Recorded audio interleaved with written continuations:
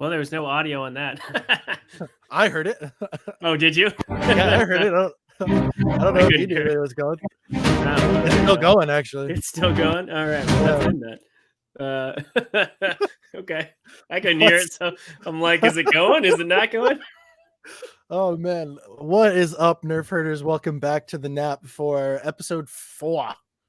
Episode 4 of season 3. We are in the season 3 era, and things are looking pretty. Josh, how are we doing today? We're doing, man. We're doing. I had an interesting day today. How was your day? Boring. And all hell. You know what? It's so I go on vacation on Friday. Like we're actually gonna start our trip on Friday. Good and for so you. I have every prediction that this is gonna be the slowest fucking week of my entire life. Of course. Without a doubt. So yeah, got the trip all planned out. Like hotel and campsite reservations have been made. Awesome. Everything's in place. We confirmed that everywhere that we want to go is open during these COVID times. I've got like a huge bag. It's got like hand sanitizer. It's got gloves and masks just in case. Nice. Like the one item that I didn't think I would ever have to take on a camping trip is face masks. Oh, right. And, yeah. And a bag full of face mask, gloves, and all that stuff. Mm-hmm. But I mean, that's the world we're in. We're specifically avoiding any like major populated areas. Like we passed through Rapid City, South Dakota for one night. Yeah. And that's pretty much it. And we're gonna stay there. But other than that, we didn't want to stay in like hotels or anything like that. So we're camping, which I think would make it easier to keep social distancing in place. And like I said, we've got masks that we'll be wearing pretty much everywhere else. So I mean, we're going into some national parks, so without a doubt, I'm sure there's going to be some people around. And yeah, I think even with us being outside, I think it's still pretty important that we wear a mask just to stay safe, because I don't want to bring COVID home with us. Right.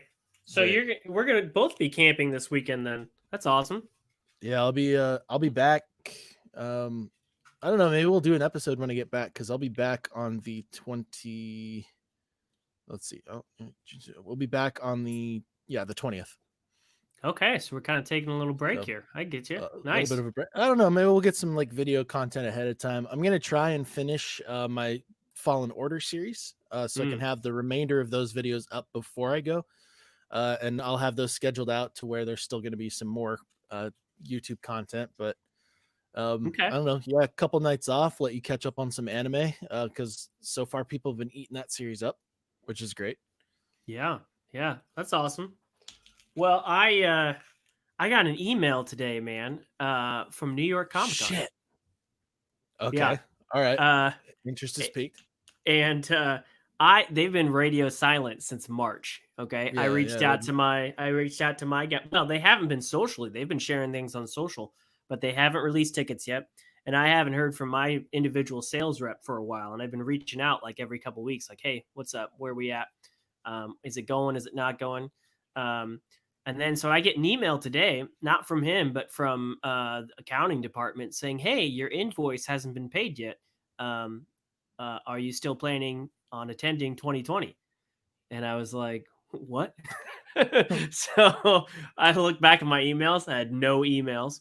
So I called up the accounting person. And I'm like, hey, this is the first I'm hearing about this. Not to say this isn't great, but I have no previous email from you that has any invoice. So thanks for sending that, for one. And two, are you still planning on having this? And they said, yeah, for all purposes, we intend to have New York Comic Con on October 8th. And I said, how? And they said, well, we'll have more details soon, but we plan to have an event, and we're going to ensure that it's safe for all of our attendees and our vendors. And again, I just wanted to say how, but I could tell that she wasn't the person to answer that. It's a lot of money for me to drop, man. And I'm like, so if you guys cancel, what's going to happen with the money? And they're like, we'll roll it over the next year. But I mean, it's not just that. Like, that's fine by me because I need to secure my place in line. If you fall off the roster, you don't get back on that roster. It's a very Sure. exclusive roster, and I don't Yep. want to lose my spot. However, so that's fine. If I pay the invoice and then they roll it over to 2021 and I'm secure, that's fine by me. But then, am I going to have that easy of a time rolling over my flights and finding a place to stay and everything? That's kind of what's in my head now. So No kidding. I honestly was not expecting that at all. I mean, I figured it's Yeah. June. This ain't happening, but My apparently mind it's is happening. kind of blown that they're still doing it. And I mean, it's October. Like, Yeah. I mean, enough time has gone by at that point. I mean, stuff has been opening back up. We have been seeing some increases in cases, but not to the level where it's been overwhelming medical staff or anything like that. Sure. So, I mean, it's, I mean, and I could be wrong about that as far as other countries go, but as far as like here in the States, stories about medical staff, well, and also to be fair, there's been some other stuff in the news recently.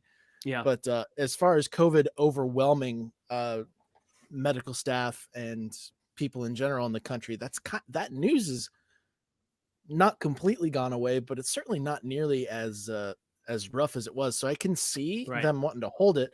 I feel like every female cosplayer or every cosplayer out there is going to be dressed as like Katana or Sub-Zero from Mortal I know. Kombat. Darth Vader, anything with a mask. Yeah. Anything with a mask. Just Yeah. I don't know. That's some inside scoop shit. Like, Yeah. because Yeah. I don't even think social media has been. I mean, they've been posting some things, but they still haven't posted tickets yet. The last thing they've ever said about tickets is early summer. Well, it's early. It's June. It's June 8th. So what qualifies as early? I think it's midsummer now, technically. Yeah. So I don't know, man. I mean, Yeah, right now their website. Thank you for making New York Comic Con 2019 the best one yet. Save the date for 2020, October 8th through 11th. They have a countdown timer there. And I mean, that hasn't changed since last year. So yeah. Buy badges. But they haven't been really making a lot of guest announcements or anything like that. And I mean, look, I want to be optimistic because I haven't been to any shows this year. And I think if I can go to this show, I could probably make a lot of money. However, New York Comic Con is over 100,000 people that go to this thing. And in the in the last couple years, it wasn't just Saturday that was packed. It was every single day. You couldn't walk a foot without bumping into 5 other people. How were they going to do that, man? I mean, are they going to limit how many people go inside? And then if that's the case, is it even worth, because they're charging full price for the vendors? I'll be really interested to see. I'm not trying to talk bad about New York Comic Con. I'm just blown away right now. So I'll be interested to see what happens. But I mean, I hadn't even been looking into it because I assumed that it was going to get postponed. Yeah, like I think pretty much all the other events out there.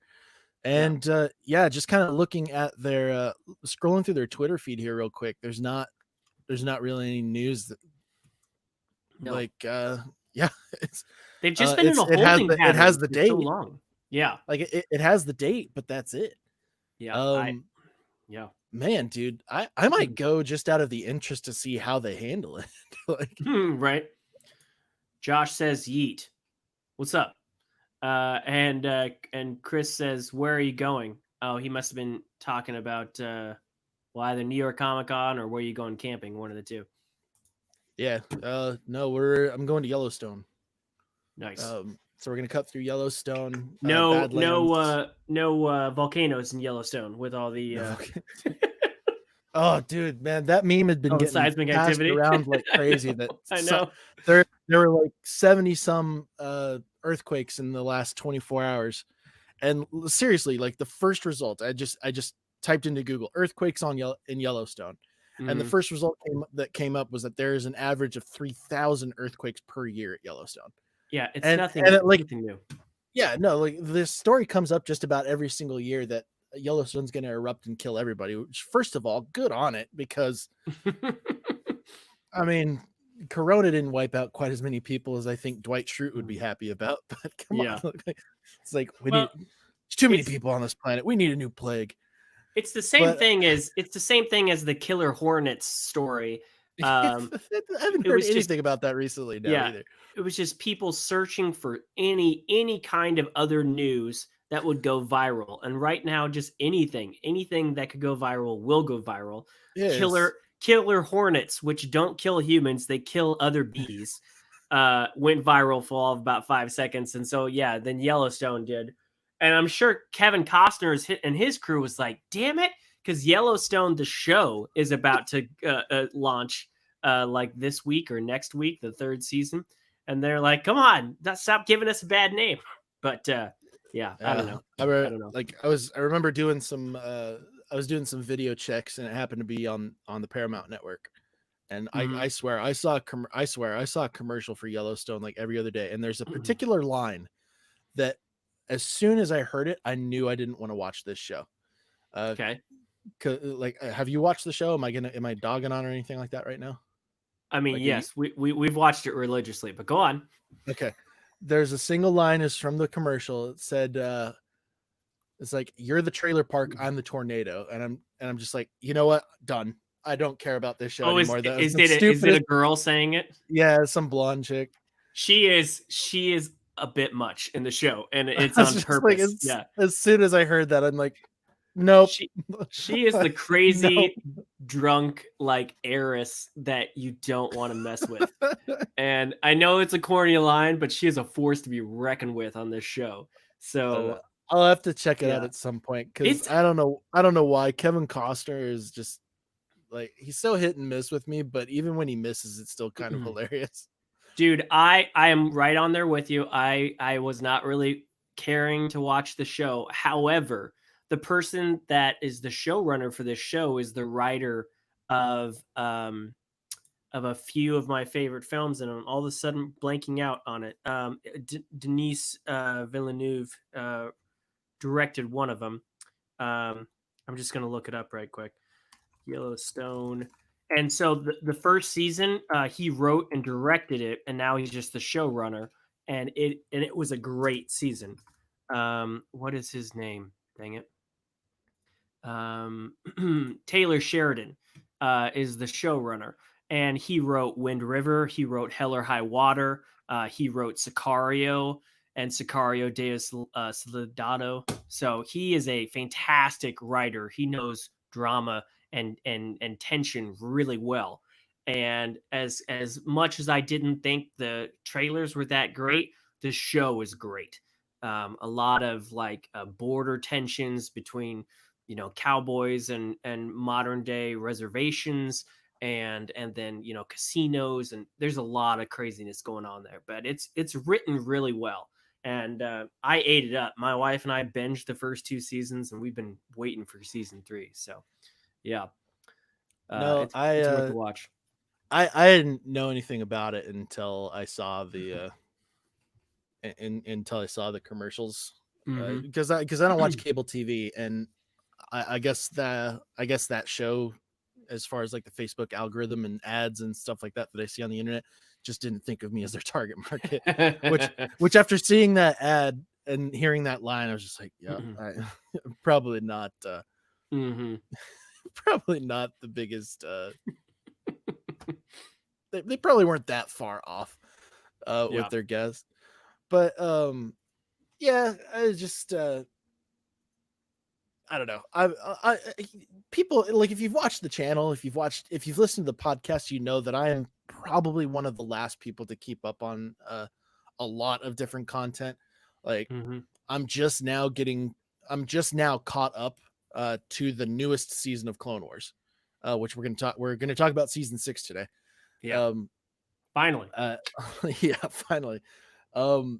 Even when the Marvel movies were coming out, until like the last ones, the most recent ones, I was actually seeing them as soon as possible. But I think all the way up until, I think between like I want to say between Age of Ultron and Civil War, I was waiting like a week or two to go into the theater, just because I didn't want to be around that many people. Right. Even when new Netflix shows came out, I mean, aside from Stranger Things, I was like weeks behind. It was like, because I'm always making stuff. Like I'm always out on job or creating videos or some shit like that. So I'm always super behind. But yeah, we've man, I'm still blown away that New York Comic Con's still going to go on. I can't get that out of my head. Like I would have thought that they would have canceled it or postponed it or a little bit long. Did they postpone it? Or was like October always the original it's always been October 8th. Yeah. Okay. Yeah. So I guess they've just been holding out. So, well, listen, I know you're on kind of a timer tonight. So let's get through these first couple stories and then we can talk about Clone Wars because I am anxious to talk about Clone Wars with you. I know because you're super far ahead of me. I know that's been something that's been irritating the living shit out of you lately. So so we cover a lot of things, all things media on this podcast, and that includes TV, and the NFL is a huge part of TV, whether you like it or not. Whether you like it or not. And we've been talking about what's been going on lately in the news, post the Floyd killing and the protests and everything that's been going on, and it affected the NFL over the weekend. There was, Drew Brees posted some things about bringing up the whole kneeling with the flag thing again, and how that's disrespectful, and how the NFL won't stand for it. And a lot of his teammates came out and said, "You're wrong, and you're being incredibly ignorant." And then they came together and recorded a video basically demanding that the NFL address this. They said they wanted to hear some exact words from the NFL. And to the NFL's credit, they did put out those exact words. On the 5th, they put out this statement. We, the NFL, condemned racism and the systematic oppression of Black people. We, the NFL, admit we were wrong for not listening to the NFL players earlier and encourage all to speak out and peacefully protest. We, the NFL, believe Black Lives Matter. So it's a big statement and it's not a big statement depending on how you look at it. It's a big statement for them to make. Apparently it's big enough for Trump to weigh in because he is not happy about this. He called out Drew Brees, later came back and apologized and said, "You know what? I'm choosing to listen to my coworkers and my co-players, and I was wrong. And it's not about the flag; it's about the issues that are going on." And Trump called him out, and then he clapped back at Trump. But then Trump also called out the NFL for making this statement, and so that's one thing. And some people are praising the NFL for making this statement. Other people are saying, well, you just kind of read the words that these players asked you to read. You didn't really do much on top of that.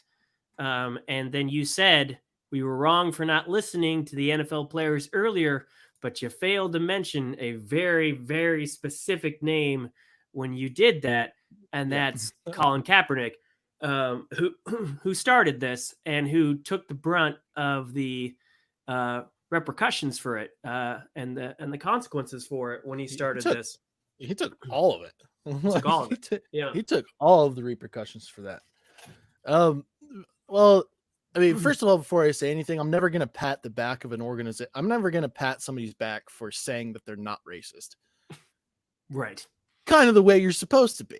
Like that's the status quo. Get with the fucking program. Yeah. Like, and especially the NFL, who have been profiting off of minority culture for a long time. Like that's not arguable. All right. Yeah. It's like you've had like Black most people in your sports sport organizations. like most sports organizations. Yeah. It's like you guys wouldn't have made shit for money if you had only had me in there. So I'm sorry, I'm not going to pat your back for finally being like, hey, we condemn racism. It's like, yeah, everybody does. Everybody should. I can't say everybody does because unfortunately that's not the case. No. But yeah, nobody should. I'm not going to be like, all right, good. Like, I'm really glad for you, NFL. This is really, I'm really proud of you. No, that's how it's supposed to be from the fucking start. From the start. We shouldn't take a protest to that's the thing that irritates me about this the most, is that it, especially for the people that are coming out of the woodwork and like Right. revealing themselves to be like closeted racists. Well, not Yeah. closeted anymore, but revealing themselves to be racist, Mm-hmm. or coming around and saying you like the one that really irritates me is when people are like, you know what, I didn't really see it from their perspective until now. It's like, how? How? Like, how'd you not see it? Right. Uh, I don't. Yeah, so I can't get behind NFL wanting praise. I can get behind them for finally being like, yeah, we condemn racism, but actions are going to speak louder than words in this scenario. Yeah. So I really want to see like what they actually do to support these Right. actions, because like you said, the Show, don't players were tell. saying, it's like, yeah, like you said, the players were even saying, it's like, well, you just kind of read words. Mm-hmm. They need to see that change.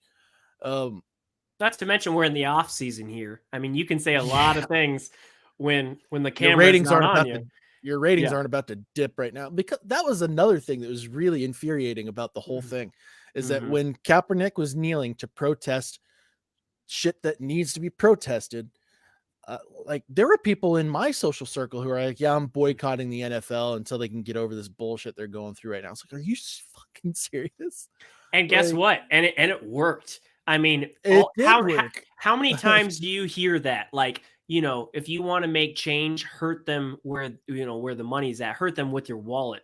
And We've said it enough before here. people, yeah, and enough people were like, we're gonna hurt the NFL and boycott them until they force people to stand up, even though that's the wrong thing to do. but it worked, and they made those rules to where if you want to protest, you got to do it in the locker room. You can't be out on the field, and stuff like that, which they have not renounced that yet. They haven't No, rescinded that's those the big rules. thing here. So Like we need to see.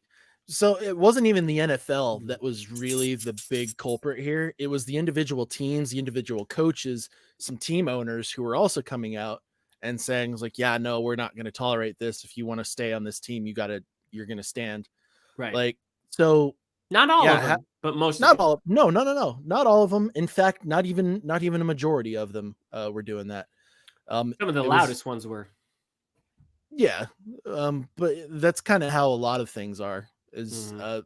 when somebody's doing something wrong and they're off shouting in the corner, it's normally a vocal minority that's making all that noise when it happens to be pushing for something that's wrong or shitty, Mhm. often like racism. Mhm. Thankfully, it's not the majority in that scenario. Mhm. um it's a it's the minority working in the wrong places, Mhm. like positions of power where being a racist dickhead has the most impact, but still, it's not the most human beings on the planet, thankfully enough. Right. Uh, but yeah, actions are going to speak way louder than words are in this scenario, and it would be nice to see the man. Oh, this is I cannot see wait what until the first game, man. I can't see what wait until the Doug's first saying. game. They'll say their words and make a monetary contribution to whatever organization they can think of. Oh yeah, they've been doing that. Yep, But there won't be a fundamental change. Yeah. I mean, that's what we're all expecting. Yeah. Well, that's we'll kind of why see. I'm waiting for the first game. I really want to Mhm. see the first game and see what exactly Well, they're going to have to comes make from there. announcements before, right? Because they're going to have to either rescind those rules or keep those rules because they've been threatening to fine people for the last 2 years I don't if they I do don't know anything on that camera. I don't know that they'll say anything about it until that first game, when players do kneel down and make them say something. Because like this seems an awful lot like I'm gonna scratch my back real quick, my handy dandy back scratcher here. Um, but oftentimes when you see like a corporation in the shit like this, they really Mhm. just kind of hope to be able to put out an apology and Sure. like our like I'm already missing. Like Doug said, throw some money. Like if they can throw money Mhm. at the problem, and then Just take the hope that target off their back. Yeah. exactly get the target off their back, which right now is especially easy for them to do, because now they've come out and they've said this. Now the attention is going to go to other companies that were also causing this kind of shit, Sure. to see if they're going to be catching some heat now. And it makes especially good sense to be doing this during the preseason before things really start firing up, Right. especially when viewership might I would say viewership is going to be higher than it's ever been for the NFL as soon as sports come back, because we've been on that hiatus for so long. From all Like sports. sports fans have not been able to get their fix lately. They didn't get they're not getting the College World Series this month. They didn't get the Final Four back in March or April, whenever that was. So yeah, they've been needing their sports. You're gonna have a lot of viewers, and you're gonna have a lot of attention, and it's gonna be really interesting to see. I don't watch the NFL personally. I could care less. I have to watch the Super Bowl every year because I work in the video world. So I have to make sure that my equipment is playing it. That's the only time I ever catch football. But I tell you what, I am watching the first game that I can. I'm watching that first televised game because I want to see. I'm going to be watching the game and Twitter right next to each other as soon as that first player kneels down, which I really hope that they do, because they need to call NFL out. They need to call them out on this crap. It's like, you can say this stuff, but I'm going to call your, like, if it's a bluff, they're going to call your bluff, and I really want to see it. Yeah. Well, we'll see. We'll see. So that was an interesting story that came over the weekend. Yeah. Let's continue on here. Oh yeah. So we talked about Becky last week, and good trailer reaction too. Our first trailer reaction of we tried that out, and then not of 2020, was it? Was that our first trailer reaction of 2020? I mean, unless we did one really early in the year, it might have been. It might. Yeah, you might have to scroll back. I mean, unless we did something in February or January, I don't know. Yeah, I'm gonna have to take a peek real quick. Well, while you do that, so I went ahead and saw this movie over the weekend. We were given our hey, would you calm down over there? Stop it. Yes, it was the dog, not my cat this time. No, yeah, it was. Always disruptive. So scrolling back in our history. Them. So while you're breaking up that fight, just kind of going back in history here. Our last trailer reaction was Mulan in December of last year. So, that was in December, so it was. Yeah, so that was our first trailer reaction that we've done this year so far. 6 months. Trailers are starting to come back. So. Yeah, we're starting to see content again. But yeah, that was 6 months. 6 months of none of our primary content type. Well, we talked about Becky in the last podcast, and I went ahead and saw it after we had all those Home Alone references and whatnot. That's what it looked like. Yeah, well, it is what the trailer looked like. In fact, there was that one scene of the trailer where she's pulling the line and she's creating a little thing on the dock. That is the only kind of traps part of the movie. The rest of the movie is just this girl brutally murdering some racists, and it is intense. Could not have been timed better. Yeah. I mean, there's other things that probably could have been. The movie, okay. Sure. I'm not going to spoil the movie because I want people to see this. For the majority of the movie, they play it pretty serious. It starts off with two storylines. First, you got Becky's storyline. Her mom died. She's a very rebellious teen right now. Her dad is dating some other woman. They're talking about possibly selling the family cabin on the lake, and she is pissed. She's got major anger issues. At the same time, Kevin James is kind of like the father of a small sect of racists, and they break out of prison. And of course, the first person they kill in the movie is a black guy, and it probably didn't need, but it was like they had to show you they were racist by killing a minority, and then the rest of the people they kill in the movie are white.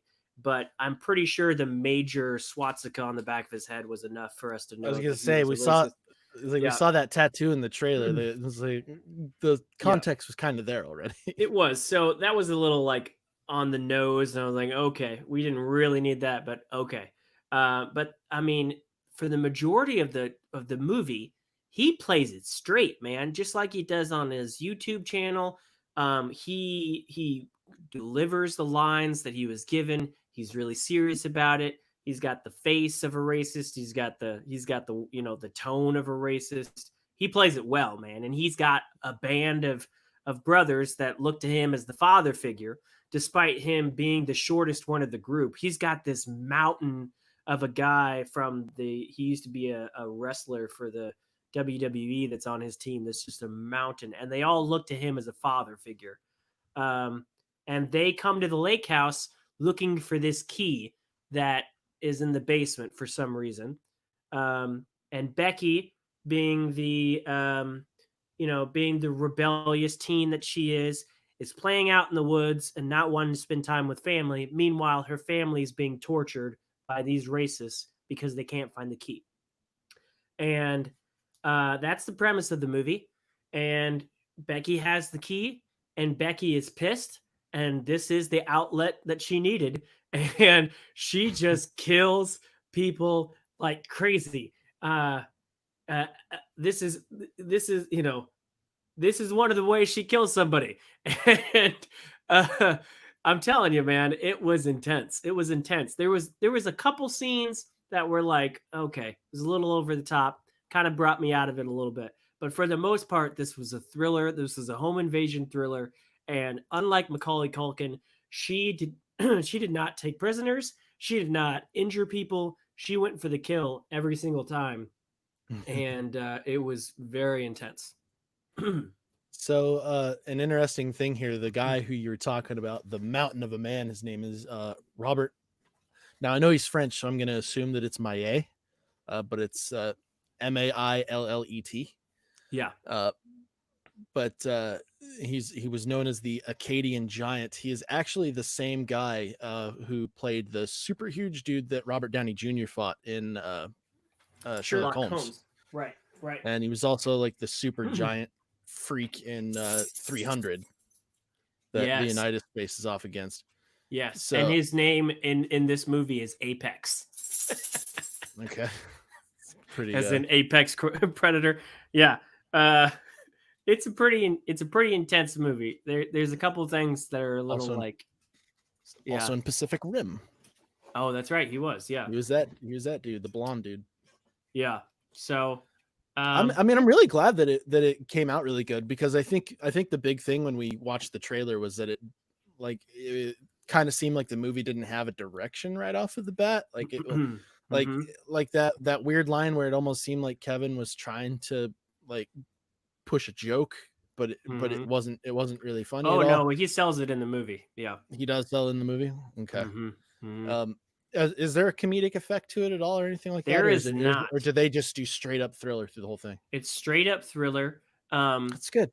Yeah. I like seeing seeing branch out that like that. But here's the thing. At some point you do like I really enjoyed the movie, but about halfway through I'm like, the Kevin James, this is what he is the mastermind of the movie. He has been planning their escape for years. He's been planning to get them to this house to get this key. This key, we don't know what the key is. It opens up some racist box somewhere. I don't know, racist Pandora's box. He says the way he's describing it to the family is that it's going to benefit all races. But it's for us to have. And so he's thought of everything. But he can't seem to wrap his head around an angry teenage girl. And his bad guys, as intimidating as they are in the beginning of the film, after she kills off a few of them, you're just like, okay, they're starting to become less scary. Like, because she's just killing all of them. And no, she's not a genetic experiment. No, she's not Hannah. She wasn't raised in the Siberian wilderness and trained by assassins. She's just an angry teenage girl who's mad at her dad and just wants to kill these guys to release some rage. Like, I want to see the sequel of this movie where we show all of the therapy she has to go through, because otherwise she's going to just become a serial killer. Like, this is Dexter Jr. right here. She is like, she's crazy. She is literally crazy. I mean, she's got the crazy eyes and everything. And there's a couple of the things in this film that was like, I think it was meant to be like, but it came off unintentionally funny or like over the top. So there's a couple things like that. But for the most part, I did enjoy it. And obviously they do a good job of showing you that these guys aren't guys you should feel bad for. They're racist. They're very vocal about how racist they are. And who doesn't like seeing a good old let's kill the racist movie? So just out of curiosity, I really wanted to know. I searched the youngest serial killer just to see the connection. It was apparently Jesse Harding Pomeroy, born November 29th of 1859, died September 29th, 1932. He's a convicted American murderer and the youngest person in the history of the Commonwealth of Massachusetts to be convicted of murder in the first degree. He's found guilty by a jury trial held in the Supreme Judicial Court. Blah, blah, blah, blah, blah. 2 confirmed victims suspected to be 9 or more than 10. His nicknames were the Boston Boy Fiend, the Boy Torturer, the Demon, and the Red Devil. From 1871 to 1872, there were reports that several young boys were individually enticed to remote areas and attacked by a slightly older boy. However, no one was ever arrested. The attacks were noteworthy because of the extreme amount of brutality used by the assailant. The young boys were beaten with a fist. The young boys were beaten with a fist and a belt, and in at least 2 of the attacks, a knife. Some boys were physically scarred permanently. Okay. This is getting dark. So yeah, well, she's certainly capable, but that guy killed younger kids. This chick sounds like she's killing hardened criminals. It's right, and it's like think about how cool Hit Girl was in Kick-Ass, right? But she was young, but at some point you were just like, what? This girl is way too brutal for her age. And again, she was trained by a dude that he was a vigilante that killed people. This girl, I mean, she's just angry. And then by the end of the film, you're like, she is drenched in she's got a a body count to her name by the end of this film. And you're like, what is her life gonna be after this? It's just, I need a sequel just for that. And if it's just a drama, or if it's a straight up horror film and she's the villain, I wouldn't be surprised, because she's intense. So anyway, I was pleasantly entertained. If you want to see a good thriller, it's a slasher film, except you're rooting for the slasher, and that is this girl. So yeah, I recommend it. I mean, I can get into that. I don't know. Off of your recommendation, I might give it a shot. But everybody knows I'm not really into like the whole thrasher genre. Well, it's not a horror movie. It's not. No. It's more of a get 'em up, kill 'em up type film. Oh, and Redbox was one of those movies that had like 10 logos at the beginning of it, and half of them I didn't recognize, but Redbox was one of them. So Redbox helped make this movie, which was interesting. Did they help make the movie, or did they throw some money at it? Well, they threw some money at it, but so yeah, I mean, so in some degree, but yeah. I don't know how much this girl has been in other things, but I really liked her. Is this like an Oscar performance for her, or an Oscar performance for Kevin James? Is this what American History X was for who am I thinking of? For Ed. Oh gosh. Oh man, Norton. Ed Norton? No, it's not. But he gives his all to it, and she gives her all to it. And again, I couldn't recommend it more. I really enjoyed it. So yeah. Well, I mean, I'm into it. I'll probably give it a shot. I'll probably give it a shot because it sounds like it might be that level of entertainment. Speaking of which, Becky was actually showing in drive-thrus, which we thought was pretty interesting. I thought that was kind of cool. It says theaters, drive-ins, digital, VOD down at the bottom of the poster. How many posters from the last 10 years had drive-ins on the boat. That's You one of know the what? coolest things. I want this poster just for that. You know, I'm ready for them to make a comeback. Yeah, But they're making a another comeback. but another film that was doing pretty damn good was The Wretched, and yeah, the it was actually the article that you linked for our show notes was IFC's horror movie The Wretched passed the 1 million mark after a month of drive-in movie theater buzz.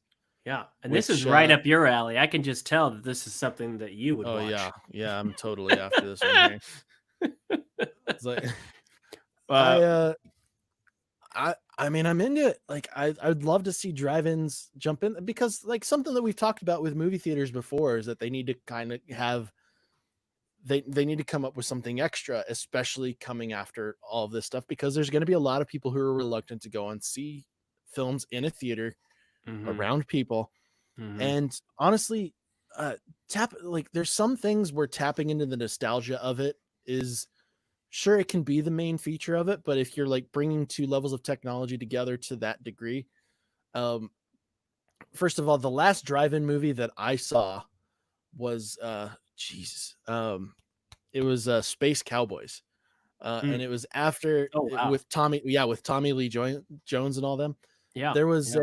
a so like the drive-in that we went to, they had two screens that were facing in opposite directions. So the kids could like so you could have the kids like sitting in the back, or like you could like sit them in the trunk and they could watch something in the front, and then the parents could watch something completely different. It's a brilliant system because I can tell you when I'm a parent, there's going to be some child specific films that I'm not going to be able to sit through comfortably. Like Yeah. especially after like just seeing some clips of the Emoji Movie, I'm like, you know what? I don't know if I want to sit through crap like that. Mhm. But so yeah, it was really interesting, but the technology was, I mean, this was quite a while ago. The technology wasn't anywhere near as good in quality as it is now. I was like, I Yeah. can only imagine the stuff that could be implemented for something like that to make it just like a bomb ass experience. I mean, yeah, that was the only drive-in movie theater experience that I had had at the time. Mhm. But Mhm. yeah, there was something about it. I was like, this is really cool. And I know that I know there's some places around here in Omaha that were showing like classic films Mhm. in a drive-through setting, but it Setting. wasn't it Yeah. yeah, it was close to a drive-through setting. It wasn't like an Mm. official drive-in Mhm. um or Right. anything like Although that put there is together. official drive-in being made out Yeah. Yeah, yeah, I heard about that. by Waterloo. They're doing it in a cornfield, which I'm excited for. Because I have seen some of these makeshift drive-ins, and some of them were just kind of like they draped a giant sheet over the side of a Target, and then everybody parked in the thing. And that's kind of cool. But the thing with the cars is, I mean, it's a giant field that you're bringing all these cars to. So, you need a giant screen. And we used to have one over in Council Bluffs, and I remember it was gorgeous. And you need that giant screen. It's like you need it like IMAX size in order to be big enough to really, make it worthwhile. And that's what they're building Yeah. out there, and I'm excited for it. But um yeah, the fact that this movie is getting praised for passing the $1 million mark after a strong drive-in theater buzz, that is it really shows you how much the industry has changed this year. I mean, it's the article that we were talking about. The indie film took in $162,000 at 95 sites over the weekend. It debuted at just 11 drive-ins on May 1st, and um, it's actually it's breaking records. It is the first movie to be the top film of the weekend for 6 consecutive weekends since Avatar back in 2009. it's That's so crazy. But sorry, Nolan and Tenet. I This know that is so. I mean, no, Tenet could still do it, oh but yeah, yeah, it definitely could. can you believe that? That is insane, and it's awesome, and it's crazy how small passing the $1 million. Now they're calling this a low budget feature, although I can't find anywhere where the budget's listed.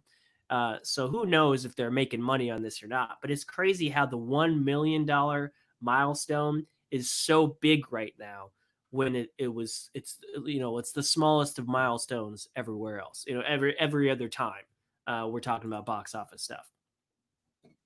Man, I gotta find the budget now because like, dude, I spent like 15 minutes today trying to find it. I couldn't find it anywhere.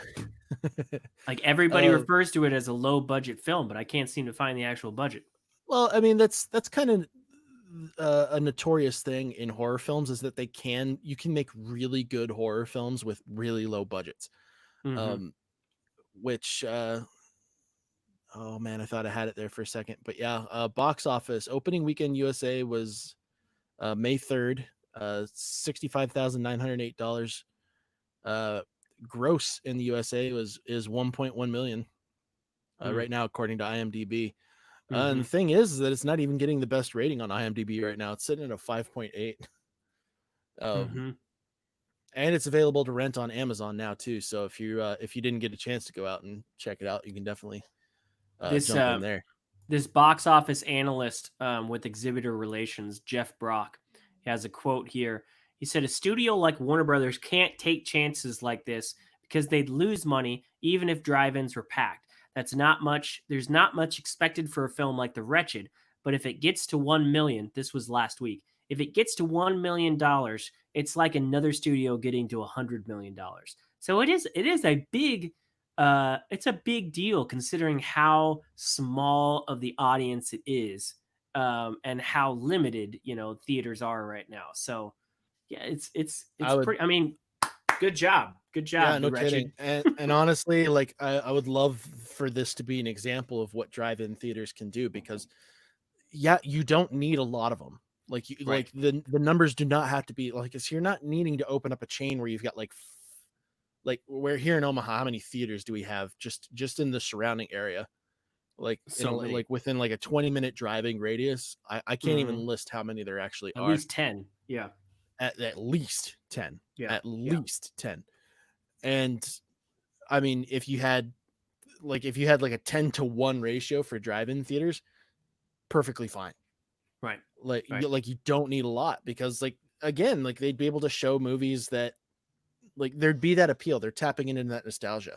So showing the older films that were very popular during those drive-in movie theater days would be really interesting. I cannot tell you how fast I would be the first vehicle in line to check out any of the original Star Wars trilogy if they were showing those in a drive-through setting. Could you Dude, imagine? that'd be so cool. And with the technology that we have now, so you're dealing with a I mean, there's cameras out now that are recording up to 8K. I can imagine that the upscaling that is capable on some like higher budget cinema films is actually going to be pretty good. A lot of cinema cameras recording around, like, even if they're outputting at 4K, they might be recording as low as maybe even 5K, which is still super, super good. So, I mean, honestly, the video quality, you have the potential of being absolutely amazing. There are pocket projectors that can produce on like 100-inch screens in startling quality. And so the video quality technology is definitely there. And then audio capabilities, you've got a lot of opportunities as far as I mean, you could have them tie it into an app on their phone, and then that hooks into the Bluetooth in the car. I mean, as long as you can adjust for latency appropriately, you can have very good sound quality in there as well. Instead of like the drive-through that I went to, they were actually broadcasting them through speakers that were at the theater, but there were also, you could actually tune into the radio, and they had a specific radio station they were broadcasting out to. Right, like an AM frequency. Yeah, but even radio technology has moved forward quite a bit, and so like you could do that with minimal to zero interference and have incredibly good sound quality. I mean, Doug, it would be a great time to check this stuff out. Doug's listening to us. We know him from Grand Island. He runs the Grand Theater down there. Welcome, sir. And he's saying one of the problems for traditional theaters is the payback to the studios for ticket sales. We make our money on concessions, and then Disney movies take in very little revenue from ticket sales, for us at least. So we did kind of talk about that last week when we were talking about Cinemark opening up their theaters and not requiring members to wear masks because they're trying to get those concession sales. So I'm I'll not be I'm not interested. taking a mask off to eat popcorn and then putting it right back on after a Right, handful. right. Nobody'd want to do that. So that was a critical thing. So I'll be interested, Doug, if the Grand Theater follows that, or if you guys are going to stay closed for a while. I know Grand Island has the Grand Theater, which is a one screen, kind of a retro style theater that they've had. I Mhm. mean, it's been there since the beginning of the town, and then they have the theater in the mall as well. So I'll be interested what you guys decide to do on that. But at least for now, this is kind of encouraging. It's kind of cool to see a little dog do well, and I'm sure Unhinged wanted to be that little dog, but right now the Wretched is beating them to the punch. So good job. And I love seeing like the opportunity for like different methods of like intaking media becoming popular again. Like Hmm. I love I love the idea of having a regular drive-in theater around here because that'd be a cool thing to do to go and do it. It's another thing to add to the repertoire of a lot of great things that you can do around here. Yeah. And I think more places should do that. We're having a meeting tomorrow about reopening. All Well, right. I hope that meeting goes well. I hope it goes smooth and everybody can like agree on some like safe practices Yeah. to get everything up and going again. Good luck on that. I love the Grand Theater. It's a great place. All right. Well, we're finally to it, man. We're finally Time has to come. season 6, and I have been waiting so long for this because I binged the crap out of this, and all this time that I was binging the crap out of the Clone Wars, I thought you had watched everything up into the newest season, and that was wrong. You had watched everything to season Nope. 5, and you had not seen Through season season 6 5. through Yeah. season 5, right? You had So not yeah, seen the sixth season, the this Lost was my missions. this was my first time seeing season 6. I think I might have stated in the past that I had seen most of them, Mm-hmm. or that I had seen everything up to that, but like that was incorrect. Because as soon as I came to the first episode of season 6, I didn't recognize it. Yeah. Nothing rang out in my mind, which I believe was the chip. I believe that was the microchip story arc, wasn't it? Was that the first one? I think so. I think that was when Fives was Yes. Oh, like yes, it was. the Order 66 protocol seemed to have gotten triggered by a damaged Right. God, what do they call it? It was like a behavioral chip. it was a retention of that Yeah. order, which is something that was kind of like it was obviously an episodal arc that was plugging the hole that was Mm-hmm. the plot hole that was Order 66. Mm-hmm. And like how are these clones just immediately going to betray everybody? Because like we've seen throughout the entire series that there were personal connections that were made, and there was a lot of valor that was Well, was it really a involved with these plot people. hole? Because in the movies, we knew that this army had been created behind the Jedi's back. The senator, Well, most of them anyway. Palpatine. Well, I mean, when it was first discovered, Kenobi was there and was like, What's up with this place? We never ordered this army." And the Jedi Council was like, "We had no knowledge of this army." And so, I mean, from there, you knew that Palpatine and his forces and Count Dooku and everything had commissioned these. So I don't think it was a plot hole. I think they just never like straight out said, "Oh yeah," and we put something in their heads so that It this would happen. it wasn't necessarily a plot hole as to how the army came about, but it was more about like just how easy of a turn it was for them. And I'm not talking about throughout the films. Uh, Thanks, Josh. You're funny. Specifically the throughout the series of the Clone Wars, when we're seeing all these connections being made and we're becoming connected with these clone troopers, Right. And then like having to contemplate the thought of them just being like, all right, Palpatine said 66, let's fucking wipe him out now. Right. That was kind of hard to comprehend. And honestly, if I had to guess why that would have been so simple, like as soon as we saw that was what was going on, I think it was like I think it was like halfway into the second episode of the arc, I was like, all right, they're going with some sort of like mind override or something like that with the clones. And yeah, I mean, it was perfectly I guess I can't say perfectly. But for the most part, it absolutely explains why the clones would be like they are. And then I think it kind of revealed some other stuff as to a spoiler that I actually ran into when seeing an ad for Rebels, or it was an article for Rebels that I had scrolled by on Facebook, and it just kind of like it was in the tagline, and Yeah. it had a picture of one of the clone troopers, much older, Mm-hmm. and I was like, well, damn it. We'll talk more about Rebels later, but yeah, yeah. but it also explains that little spoiler that I had there as to why, because we have Fives who actually decides, you know what, I'm not taking this chance. Remove this chip. Like, Yeah, just get rid of it. And he's And he like, broke a shitload of protocols to do it, and nobody will listen to him, and he's being hunted by his own guys because the other stormtroopers are like, okay, clearly he's defective or something like that. I mean, I felt for him because he was like trying to convince people, even the Jedi. He was like, listen to me, this is not right, and the Jedi were just listening to the people that run the labs on Camino, and they're just like, guys, he's just freaking out about nothing.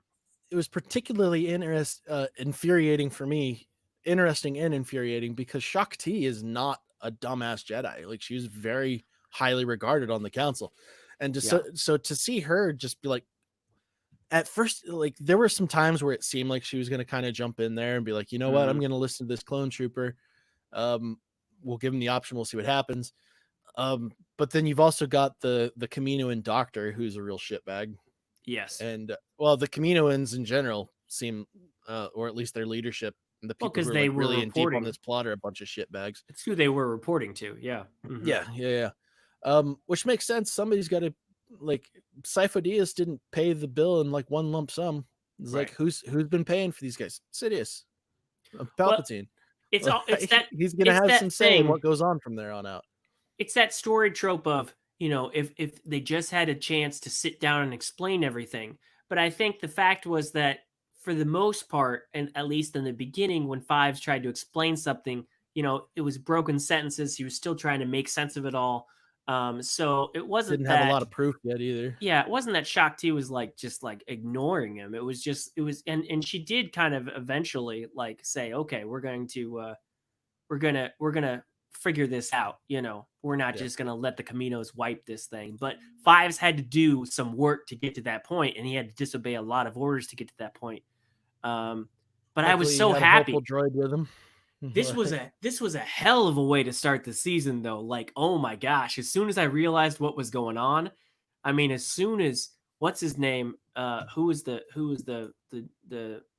trooper that killed the Jedi? Tup. As soon as he did that, I was like, oh my God, here we go. Like, this is what I've been waiting for. This is what I've been hoping for the whole series. And it was a hell of an arc to start off the show. And then when it was done, you're like, okay, it was just, it was handled enough so that the people wouldn't pay any more attention to it.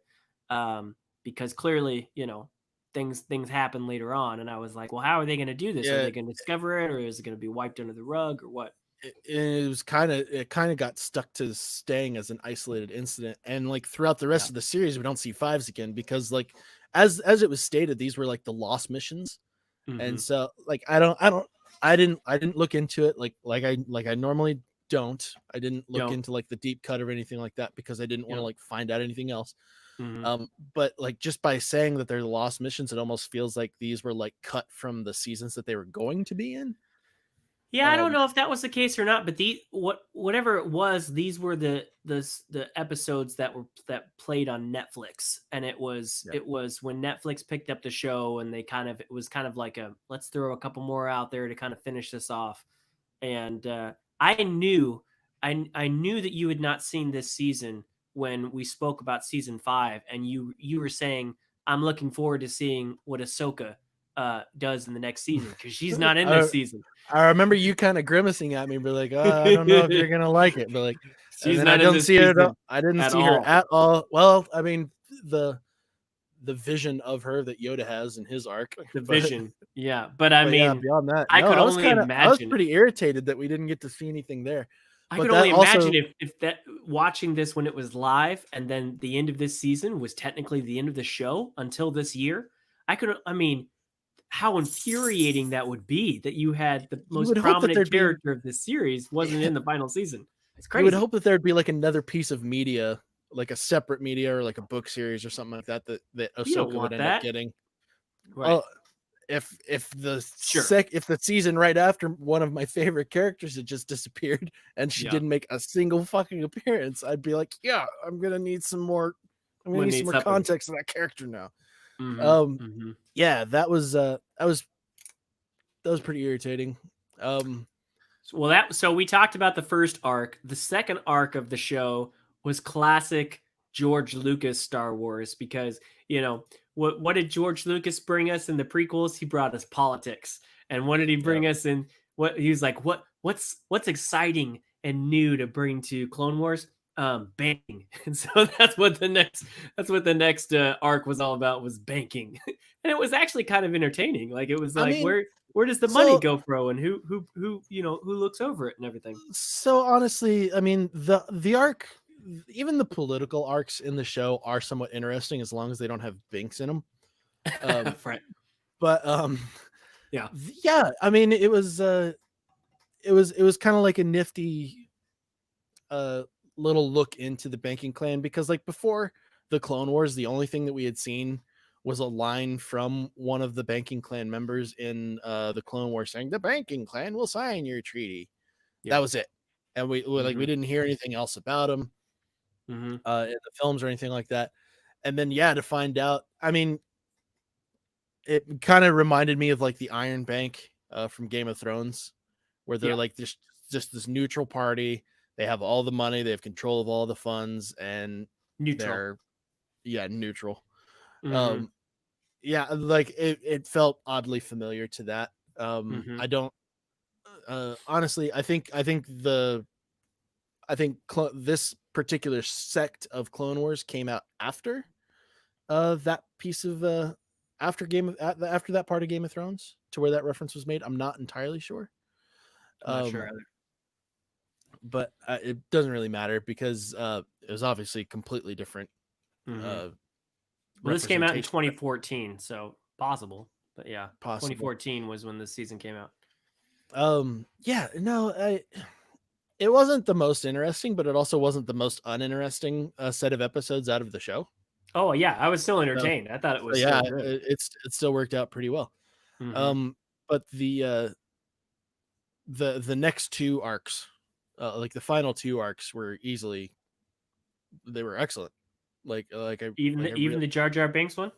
yeah, that was kind of what was upsetting, is that and it didn't have anything to do with Jar Jar. It was specifically around Mace Windu, Yeah. and just like I didn't get enough of him kicking ass through the first 5 seasons, and Sure. like he finally gets his own story, and he has to fucking tag along with Jar Jar Binks, which could only like who else could annoy him any further than that? And Right. then seeing this race of people who are fucking ripping the force out of people, Yeah. out of living beings, and manifesting it. So fucking Mother Talzin, who shows back up again, Yeah, that dark and magic shit. and do Mhm. whatever the hell she was gonna end up doing with it. Mhm. um yeah, that was insane. I mean, it was just insane. um yeah, I thought it, like, as far as like lore wise, it was a very interesting episode to me, which is kind of a factor that comes into play in every piece of Star Wars media that I intake. Is how is the lore affected, or how is the lore added to by this particular piece of media? Yeah. Um, and that particular arc and Yoda's arc were especially interesting to me because like the cosmic side of things, and like the real different applications of the force, I find incredibly interesting in the Star Wars universe, because Mhm. it's such a mixed bag of what you could do with it. Right. And for the most part, the people who produce Star Wars stuff have kept it pretty restrained as far as what it can do. Mhm. I mean, as far as the sequel trilogy and being able to pass physical matter through the force and stuff like that, Yeah. that's a little bit shaky, but still not so far outside of the realm of possibility to where you're just like whatever, because it didn't seem like they had a huge amount of control over it until Rise of Skywalker. Mm-hmm. Uh, Mm-hmm. and at that point, they still only passed like a lightsaber to each other, so it's like, whatever. Mm-hmm. But yeah, being able, like, seeing that Mother Talzin is like, it was her specific line where she's saying, "The Force does not come naturally to me." It Right. was like, I had to, like, she had to like learn to manipulate it in a completely different way, which is where we end up coming up with the dark magic used by the Night Sisters. And Yeah. throughout this, I mean, we saw them raising the dead to become zombie armies and shit like that. Like, Mm-hmm. I ain't seeing that shit through any other Jedi. Like, Right. it was crazy. Everything surrounding them was really interesting in this show, and I was glad that she got to come back and have like a capper episode, because I thought she was dead. But yeah, Yeah, to we had see her every come reason to back, believe too. So, like, right, that was really creepy that she just showed up again. right, and then Jar Jar, like, again, like messing shit up, but somehow pulls it off. I mean, that's typical Jar Jar, but he pulls it off and saves the day, and even impresses Mace Windu a bit. But yeah, that Or at was an least gets Mace Windu to the point where he will tolerate Jar Jar. yeah. I can't remember what the line was, but he was like, something like, maybe there's a little bit more to you than meets the eye, but That or might have been the exact line, actually, but yeah, something like that. But then right before the final arc with Yoda, there was one episode in between these two called The Lost One, and it focused it on Sifo Dyas. well, I mean, that was kind of part of the arc. It was kind of like the I trigger mean, yeah, to that arc. yeah. But yeah, But they were, I what mean, you say about I just thought it was interesting because they were, they learned about the Sifo-Dyas when they were investigating this clone army, and who was this person, and then trying to connecting uh uh this person with Dooku and this Darth Sidious, and it was like they were getting really close to finding out that Palpatine is Darth Sidious, and it was just kind of this investigation that you're just like, come on, just get there, just connect the dots. And they're not going to connect the dots because episode 3. But it was interesting. I just, we hadn't really got too much investigation from the Jedi into Sifo-Dyas and into Dooku and into Darth Sidious in the show, and this little episode gave that little that little piece into it, which I appreciated. Well, that was one thing that really infuriated me about episode 2, is that when they brought up Sifo Dyas, Mm-hmm. it was almost in passing. Yeah, Like, it was almost you're like what? Who's what? never, like, if you hadn't read any like books or anything, I don't even know if he appeared in books or comics as far Yeah, as I don't know. as far as context goes. So they Mm-hmm. just brought up this random Jedi out of nowhere. You're like, I have no fucking idea who that is. You gonna It's like, spell that out is a bit more, or he yeah, right? important? Was he on the council? How'd he die? Mm-hmm. There was some confusion as to maybe that was an alternate name for Qui-Gon Jinn or something like that, and they just didn't fix that. I Uh, thought it was an yeah, I thought it was an alternate name for Dooku for a while, and then I was yeah, like, what? it was really weird. Which Yeah, was another thing they brought up, that they had no idea that that Dooku was Darth Tyrannus. right. Which is probably like the weakest Darth name that they'd come up with at that point. I know. Like, really, Tyrannus? You Yeah, really, you're really, getting close. Tyrant. creativity was really Yeah. bubbling there, wasn't Mm-hmm. Mm-hmm. it?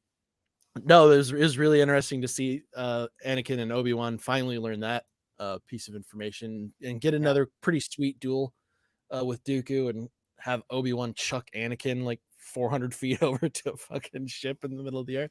Mm-hmm. Like, and they had done it before, because you're like, hey, I'll give you a throw, or I'll give you a toss or something like that. Like, Right. I don't know why, but that was just like, as soon as I saw that, I was laughing. I was just like, that's just so funny, because it's such a like a brotherly Yeah. bond moment for those two characters. It was so small. It was so small, but it was so nice. Well, and it was the prelude to their duel at the beginning of episode 3. So it just felt, it was like that little bit more connector piece, Yeah. which was always something that I was like, okay, you did that well, And again, we've talked about this. It justified the prequels a little more, fleshed it out, and it It made the makes them, prequels make sense a little bit more. it makes Revenge of the Sith make a lot more sense. Yeah. Doesn't, in my opinion, it still doesn't do jack shit to try and save episode 1 or 2. Yeah. I feel like I'm not gonna go into I know we could talk how about that for a long time. I could go on and on for that. But then that kind of that was kind of like a loose starter to Yoda's arc, who suddenly starts hearing the voice of Qui-Gon Jinn, which wasn't a big shocker to us because they had Obi-Wan and Anakin had seen that on Mortis, and did But they we see weren't us? sure that we Yeah, they weren't weren't sure if sure. that was They real weren't or sure. if that was that dark side dude that was messing with him. Yeah. Yeah, the Which I boy. think I think this kind of verifies that it was because Yoda was shocked. He was like he didn't understand what was going on. So I think this was the first time it was legit because it seemed like Yoda didn't even realize this was possible through the Force. Sure, but at the same time, I feel like that was also real. But the thing that irritated me about it a little bit was just kind of like the way they played. Like it would have been better if Obi-Wan hadn't heard it on Mortis. Um, Yeah. because in episode 3, when right after the temple had been attacked, the purge had started, Yoda reveals to Obi-Wan that Qui-Gon had found his way to through to the living force, Mm-hmm. and Obi-Wan is like shocked. It's like Right. I can't Right. believe this. I Like know as that, if and I thought of that when I first saw that episode, that earlier episode when on that the on Mortis. So yeah, it did make sense. that played through my head like that entire arc. Right. Like every single time. And I mean, in all fairness, they did bring Liam Neeson back to voice the character again, which was great. Hmm. Um, But this worked better as a setup for that. This it did. Yoda talking to him, setting up Dagobah, all that stuff. But the only thing that messes with that is that particular scene in Revenge of the Sith with Sure. Obi-Wan, where he's completely shocked that this had happened. Sure. Um, unless unless Well, unless Yoda didn't tell him, unless because at the end of this, it didn't seem like Yoda was like, "Hey, I got to tell everybody." It seemed like he was keeping a lot of this to yeah, himself. he didn't reveal shit. Right. But it was um, interesting. I mean, it started with Qui-Gon Jinn, and then Qui-Gon Jinn sent him to this kind of magical place where he had to he was like it tested wasn't. by the Force and everything, or It's not. trials. It's not particularly the shock of who it was. It was the Hmm. shock that it had happened Hmm. because like throughout the arc, the beginning of the arc, Kiadi Mundi is like, no, he's being manipulated by the Sith. Like he could be getting attacked. Dooku was his apprentice. They might have that connection that they need, which they Right. do, which Dooku and Sidious do end up exploiting. Hmm. Um, but Yeah. it for the majority of the arc, they make it very clear that a manifestation of his consciousness would have been impossible. That no Jedi had done that before. It's impossible. They don't know of any other way. They don't know that happening in any instance whatsoever. Hmm. And then we find out that it takes that Yoda has to go through like a bunch of training. Qui-Gon didn't finish his, so he can't show himself. And I mean, I understand Yoda mastering it, because he's fucking Yoda, but him being able to like I even kind of understand Obi-Wan being able to do it. Luke was it made Luke's Force Ghost ability a little bit shaky for me, unless because like in the Last Jedi, like when Yoda shows up to him, like it was he acted like he hadn't seen Yoda in a long time, like he hadn't had that interaction. So I doubt that. I mean, Yeah. who had the time to pass that knowledge on to Luke for him to manifest his consciousness? But they made Yeah. it seem like it was a lot more difficult to do this than the movies let on. Right. It wasn't just something like all Jedi die and go to heaven, and then they are able to come down and be like Force ghosts whenever they want to. This Yeah, definitely was like Yoda was the first time he was ever hearing about this. He had to go through trials, and then yeah, I mean you never see that with Obi-Wan, but you figure he goes out in the desert as a fairly middle-aged man. Next time you see him, he's an old man, so he probably learned it over time. But it was interesting to see all the things that Yoda has to go through and the trials and Darth Bane and a lot of which was super cool it to see was. Darth Bane because he's another character from the KOTOR series that we've seen before. Hmm. The Hmm. creator of the Rule of Two. Mm-hmm. Um, the fact that they went to Moraband, which is actually which is also known as Korriban, Mm-hmm. which for you KOTOR players is again a reference to well, just for you Old Republic fans, that like I don't know why that those two names became associated with each other. I haven't looked that deep into it, Yeah. but yeah, for some reason it's Moraband in this era, and it's Mm-hmm. Korriban in the older.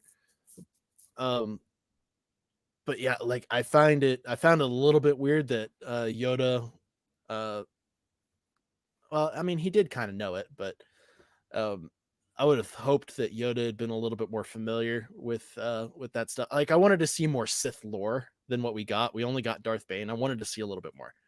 Yeah, Um, but there was that confrontation at the end, you know, and sure, the sure, sure, fights, sure. and I love that part where Yoda wakes up on the ship with like Skywalker and and the clones, and he's like, what's going on?" And they're like, "What do you mean? This is your mission?" And he's like, "What? How'd I get here?" And then they go in, and it's a fight, and Dooku's there, and Darth Sidious is there, and it was really cool. It was really well thought out. Um, It on was like a it was like this is your final boss level, Yoda. This is like Yeah, as far as like the Force is concerned. right, This is the final trial. This is what you need to do in order to be able to manifest your consciousness and become right. a Force ghost. And And then you saw the tragedy of it when he was kind of tempted to believe in the other side of it, which was when he was yeah, like in that garden and he saw everybody, like Qui-Gon Jinn was still alive, and Dooku Dooku wasn't a was just dickhead. hanging out. He was in regular clothes, not all dark and scary, and he was yeah, everybody was laughing and having a good time. And it was like that was a very sweet moment, but a tragic moment because you knew that wasn't possible, and you knew that the people that were still alive were going to be dead in episode 3. And and yeah, it was really neat to because they really gave that vulnerable side to Yoda. Like he was finally given like I don't want to say this because it sounds racist, but he was given like a human element. Like he was shown to be that vulnerable uh sentient being, if you want to call it. Like he wasn't perfect. yeah, That was always there was always this assumption that Yoda was this beast mode Jedi who could do no wrong and had no faults. And then we hmm, finally saw like no, not even Yoda, not even the wisest is going to be able to handle everything perfectly. right, And technically he gave into that temptation to see that moment in the garden at the Jedi temple and then yeah, realized what was going on. He's like, no, I can't do this. And then made again it was a vision, but still like it was a very real moment for him. He was feeling real pain. He sacrifices himself, stops blocking Palpatine's lightning so he can at least get Anakin to safety to right, right, specifically the moment where he sees all the Jedi dead in the temple and Ahsoka dies in front of him and he's like, I failed. Like he breaks. hmm, Um, hmm, like you hadn't seen that from Yoda before that, and it was really nice. Overall, this season asked just about as many questions as it answered yeah. for me as far as lore wise goes. But I don't know. I've still got another season to watch. Well, I wanted to ask you because this season 6 ended, and it ended in 2014. So 6 years ago people thought that this was the end. They weren't going to get any more Clone Wars. Granted, they got Rebels a few years later, and that kind of you'll see that answers some things, but this ended with Yoda back in that garden with the people that were still alive, saying that whoever wins the Clone Wars, nobody wins, and that was kind of the end to it. So I wanted to get your thoughts because we talked in season 5 about how Ahsoka walking away was a fairly adequate ending to the show, even though there's so much more that we got to see in this season. There's so much more we'll see in season 7. But what did you think? If you could choose between season 6 ending and season 5's ending, which one did you oh appreciate more? season 5 for sure. Okay. Um, I Did you wish you didn't get season 6, or was season 6 at least supplementary enough that you could appreciate it? so um if I was to watch the series chronologically, like that's the interesting thing. Like that's some information that I want to know. I want to know where these episodes would fall chronologically in the story. Because there wasn't like none of them are really necessarily dated. Because there were episodes through the original series before Ahsoka left where Ahsoka made no appearances. Those Jedi had missions on their own.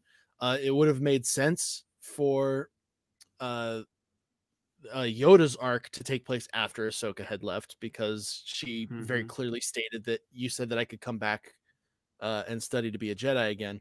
Yeah. And then specifically mentioned the arc of her being expelled, but the other two arcs they could have gotten away with putting those in somewhere else, or the other three arcs they could have gotten away with putting them in. They could have. I think if Anakin had one line in the beginning before those Jedi got killed, talking about how he missed his apprentice, or somebody said, "Oh, I heard you lost your apprentice." I mean, that could have been just added in later, but that was in there. So, yeah. If I had not seen any of season 6's episodes and they had ended at 5, I still would have been okay. I like the supplement that season 6 ended up creating, and like I said, I was really interested in the lore that they introduced, but I didn't need it in order to close the story out for me. I still maintain that I really would have been upset if there wasn't more Ahsoka in some form or fashion. Well, she's in season 7 because she's all over the posters and stuff like that. Yeah. But well, at the time I wouldn't have known that. Right. So I still would have been really upset about that, and I would have been hoping for a comic or another show or a spin-off or something including Ahsoka. There's a rumor going around right now that she is appearing, that Rosario Dawson is playing her in The Mandalorian's second season. Right. Which is pretty interesting.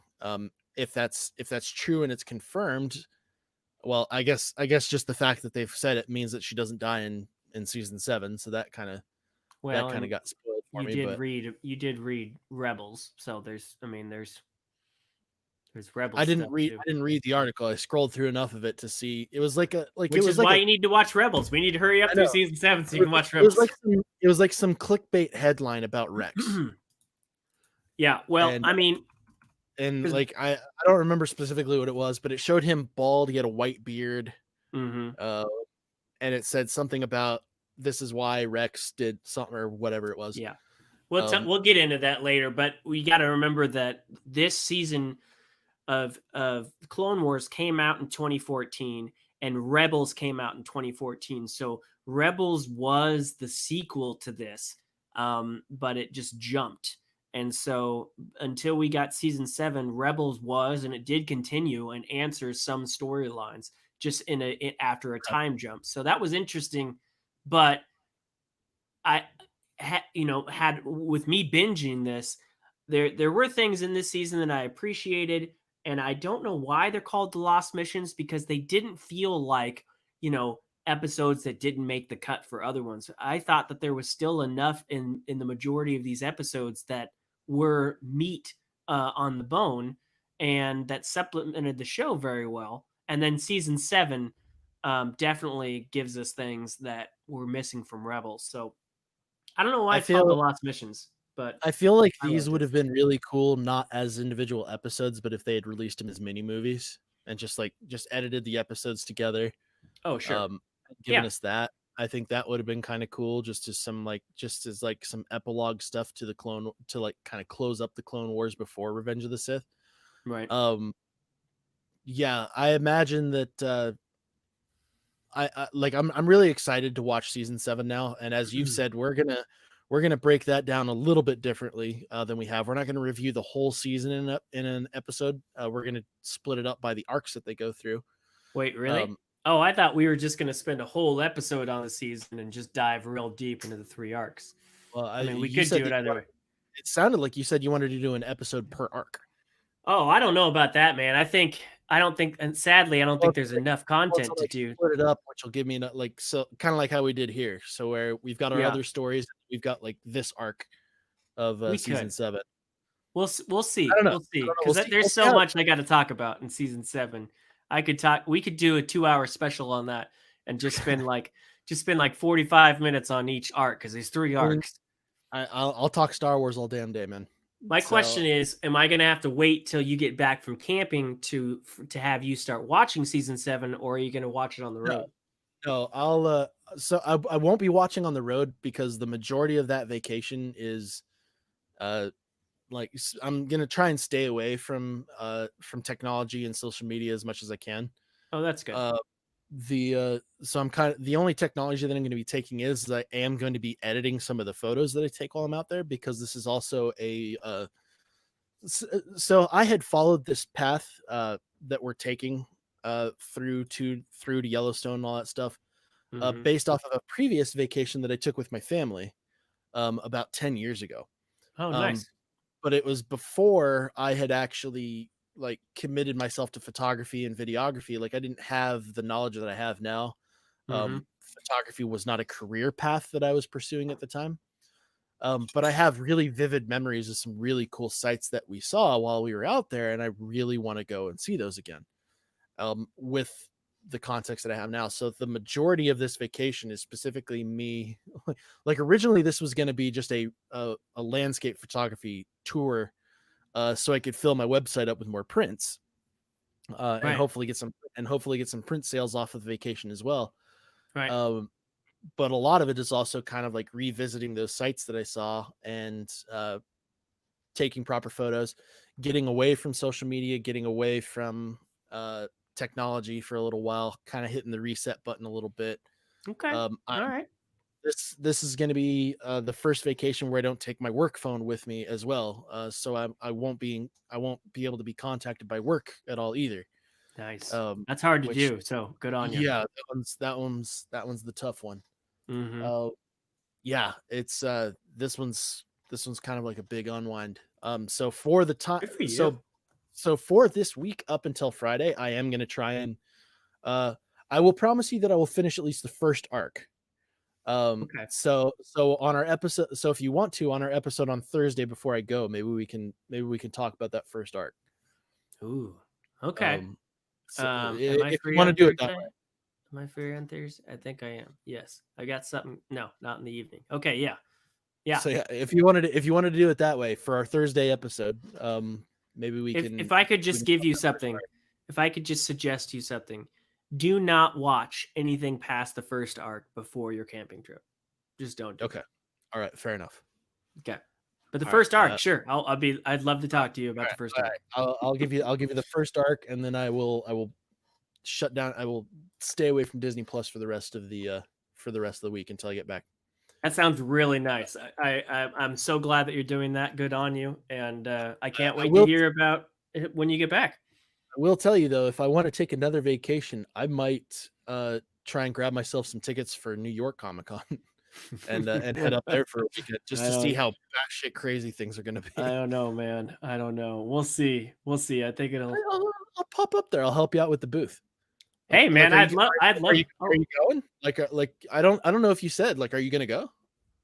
oh I did. Yeah. I'm gonna pay for my invoice. Oh yeah. I Okay, mean great, if it great. happens, I because it is a rock and a hard place with me. If I don't go, I lose my chair and And you lose it's book sales, like because you're the small press section is the smallest section of that con, and if you lose your table, if you piss them off, or if you drop off, or you don't pay your invoice 1 year, you don't get back on that list. And it's always the show that I look forward to. It's the big this big show for me. So yeah, I'll be going. If it happens, I'll be there. I just got to I figure out think how. I think it'll be interesting because this vacation cycle is like my big chunk of vacation time being taken. Hmm. And then I have like a couple extra days that I get to use, and I have never been to New York before, ever. Oh wow, Um, well there you go. so I think that the first time going to a con and going to I've never Hmm. been to a actual Comic Con before. Like I've never And you been could to get in one. for free, and you could get in the vendor way, which is exhibitor Oh way. And shit. so, oh yeah, Well, I was thinking trust me, about paying my I was thinking about paying no, my own no, way. But if no, you were gonna no. throw in that hookup, I come with I'll perks. definitely help you out. Yeah, yeah. So, It's like, all right. yeah, absolutely. No, I will guarantee you that I'm gonna make that solid promise. I'm gonna have the first arc done before our episode on Thursday, so we can talk about that. I'll go on vacation. You'll see very little, if any, information from me at all. I'll probably just be posting photos that I finished editing when we're hanging out, like because we have like one hotel room stay out of the entire week that we're gonna be gone. So I'll have and one I'll leave point you be. have Wi-Fi. So Maybe I'll have a guest post for the podcast while you're gone. But then there you go. we'll grab another interview with B Kong, because I think he had a bunch of updates that you wanted to talk to him about. I got my arcade from him, and I haven't had time to really work on it yet because I've got to set it up properly. So yeah, we'll do a follow up on that. Yeah, I did talk to him about possibly grabbing mine. Nice. All right, I got the email from him. I kind of went over the spreadsheet that he had, so yeah, I gotta get that going, because just the amount of N64 titles that he included on that now are like, I'm hooked. Like I really want to put Star Fox on a fucking arcade cabinet. It's gonna be so cool. Right. Well, but yeah, until then, we'll go ahead and wrap up this episode. Nerfherders, thank you for tuning into this episode. We appreciate the comments. We definitely want more. So if you want to be a part of the conversation, hit us up on social media. You can hit us up whenever.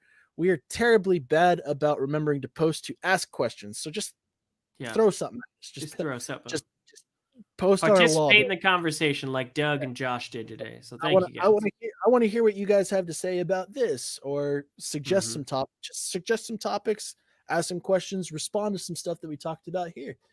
You can find us on Facebook. You can find us on Twitter. You can comment in the YouTube comments below here. You can comment in the Facebook comments below here. You can find the audio-only version of this podcast and previous podcasts on anchor.fm, which will link you to all the other platforms that we are on. And hit the like button if you haven't already. Subscribe if you haven't already. And we will catch you guys next time. See ya.